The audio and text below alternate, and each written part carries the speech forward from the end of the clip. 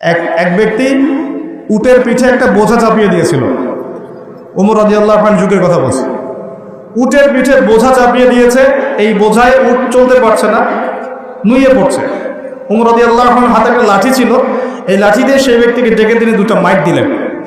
দেওয়ার পরে ওই ব্যক্তি বলছে, বিআই যামবিন আমিরুল মুমিনিন, কোন পাপের কারণে আমাকে মারলেন হে আমিরুল মুমিনিন? তিনি বলছেন যে তুমি কি জানো না যে নবী সাল্লাল্লাহু আলাইহি ওয়াসাল্লাম পশু প্রাণীর অধিকার নিয়ে কথা বলেছেন? তোমার পিঠে যদি এই বোঝা চাপাতাম তুমি কি নিতে পারতে? তোমার কি এই পশু বা প্রাণীর প্রতি কোনো দয়া মনোভাব নাই? এর কোনো হক নাই তোমার কাছে? এত সূক্ষ্ম ছিল তার বিচার, এত সূক্ষ্ম ছিল। আপনারা জানেন না, মনে পড়ে না ওই ঘটনা যে মায়ের বাচ্চারা না খেয়ে শুয়ে আছে, কান্নাকাটি করছে। আমিরুল মুমিনিন ছদ্মবেশে রাত্রিবেলা ঘুরে বেড়াতেন। যখন দেখলেন যে শিশু কান্না করছে, জিজ্ঞাসা করলেন কেন কান্না করছে? বলছেন আল জু আমিরুল মুমিনিন, ক্ষুধার কারণে। হাদা ওয়াল্লাহি হাদা বাইনি ওয়া বাইনা ওমর, আল্লাহর কসম করে বলছি এটা ওমর আর আমার মাঝখানের ব্যাপার। এই মহিলা বলছে। ওমর রাদিয়াল্লাহু আনহুর কলিজাটা কেঁপে উঠেছিল। তিনি বলেছেন আল ফারাজুন করিব ফান্তাজিরি, অপেক্ষা করো হে আমার বোন, নিশ্চয়ই উদ্ধার নিকটেই। ফারাজুন করিব। তিনি ওখান থেকে চলে গেলেন মদিনায় হেঁটে হেঁটে।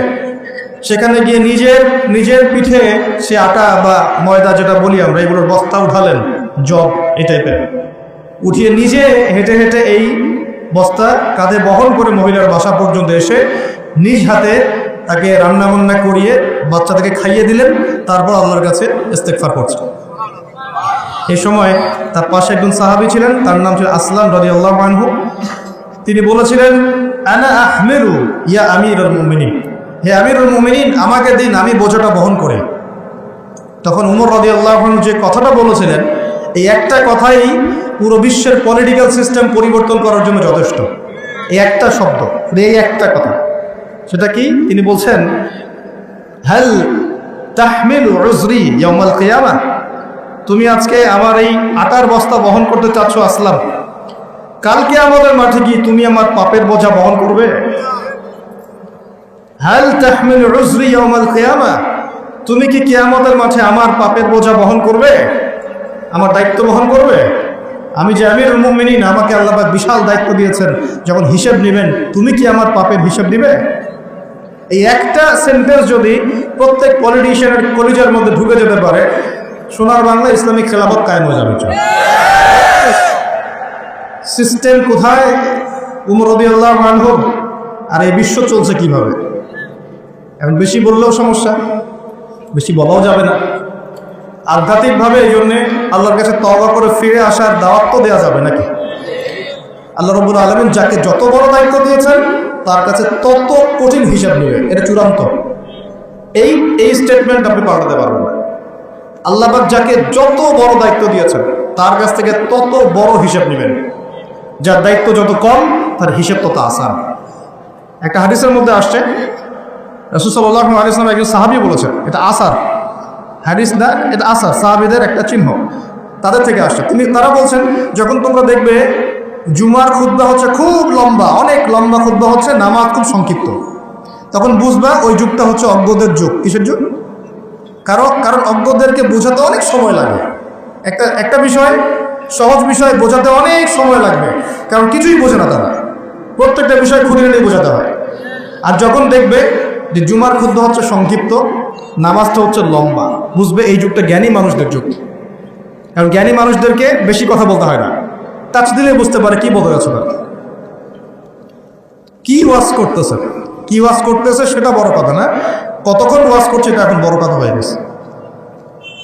তো এগুলো চলছে, এই মেজর ইস্যু যেটার সাথে পুরো বিশ্বের অর্থনীতি, রাজনীতি, সমরনীতি, ফাইন্যান্স, গ্যাসের দাম, তেলের দাম, ভোগ্যপণ্যের দাম, নিত্য প্রয়োজনীয় পণ্যের দাম, রেমিটেন্স, আপনার ডলার রিজার্ভ, মুদ্রাস্ফীতি, সব জড়িত হয়ে আছে ইউক্রেন রাশিয়ার ইস্যুর সাথে। সব কিছু জড়িত এই ইস্যুর সাথে, কোনো আলাপ নাই। আচ্ছা ওটা বাদ দেন, আমাদের না ওটা। এখন টাটকা ইস্যু চলছে কোরআন পুড়িয়ে দেয়া, চলছে না? পশ্চিমারা কোরআন পুড়িয়ে দিচ্ছে। কোরআনের প্রতি এত ক্ষোভ কেন পোড়াচ্ছেন? এটা কি ওদের বাক স্বাধীনতা? এখন কি মানবতা বিরোধী অপরাধ হচ্ছে না? এটা সন্ত্রাসবাদ নয়? এটা কি নব্য সাদা চামড়ার নয়? এটা কি ব্লাসফেমি নয়? ধর্ম অবমাননা নয়? এই কাজটা যদি আমরা করতাম, আমরা যদি আল্লাহ না করুক, আমরা তো করবো না, কারণ আমরা এসবে যাই না। আমাদের মধ্যে কোনো মুসলিম ভাই আল্লাহ না করুক যদি অন্য কোনো ধর্মবন্ধু পুরাতো, তাহলে আপনার কি মনে হয় অবস্থা এমন থাকতো? টুটি চিপে ধরতো, কলার চিপে ধরতো। তো এখন কিছু হয় না, এখন ব্লাসফেমি হয় না, মানবতার বিরোধী অপরাধ হয় না, এটা সন্ত্রাসবাদ না, এটা জঙ্গিবাদ না? তারা যে সারা বিশ্বে প্রত্যেক মুসলিম কান্ট্রিতে লক্ষ লক্ষ মুসলিম ভাই বোনকে হত্যা করছে, এটা জঙ্গিবাদ না? এটা সন্ত্রাসবাদ না? ওরা তো ছেলে ছেলেদের বিয়ে করে, নেকটা হয়ে ঘোরাফেরা করে, উলম্ব হয়ে ঘোরাফেরা করে। ওদের সমাজে এক একটা মেয়ে বিয়ের আগে 10 বার করে সেক্স করে কমপক্ষে। এক একটা ছেলে বিয়ের আগে 10-20টা মেয়ের সাথে সাতভোগ করে। ওরা আমাদেরকে শেখায় এখন সভ্যতা কাকে বলে, ওরা আমাদেরকে শেখায় জ্ঞান কিভাবে শিখতে হবে, ওরা আমাদেরকে যে মতবাদ শেখায় আমরা সেটা কাটপেস্ট করে প্রয়োগ করি। সব কিছু ওদের থেকে আসতেছে আমাদের। আমরা আমাদের গায়রত, কোরআন এবং সুন্নাহ আদর্শ হারিয়ে ফেললাম, এতই দুর্বল হয়ে গেলাম। একটা সময় মুসলিমরা পুরো বিশ্বকে নেতৃত্ব দিত। মানে আমরা যদি বিশ্বের কোনো দেশকে বলতাম ওঠো, ওরা উঠতো, বসতো, বলতো বসো, বসতো। এই জায়গায় আমরা ছিলাম একদিন 2 দিন না, প্রায় 1200 বছর। কত বছর? 1200 বছর। এই জেনারেশন কি এই কথাটা জানে সত্যি? এই জেনারেশনের কত পার্সেন্ট মানুষ এটা জানে? কত পার্সেন্ট যুবক এটা জানে যে আমাদের শেকড় কোথায়? এই উপমহাদেশে ইসলাম কিভাবে এসেছে, ইউরোপে ইসলাম কিভাবে গেছে,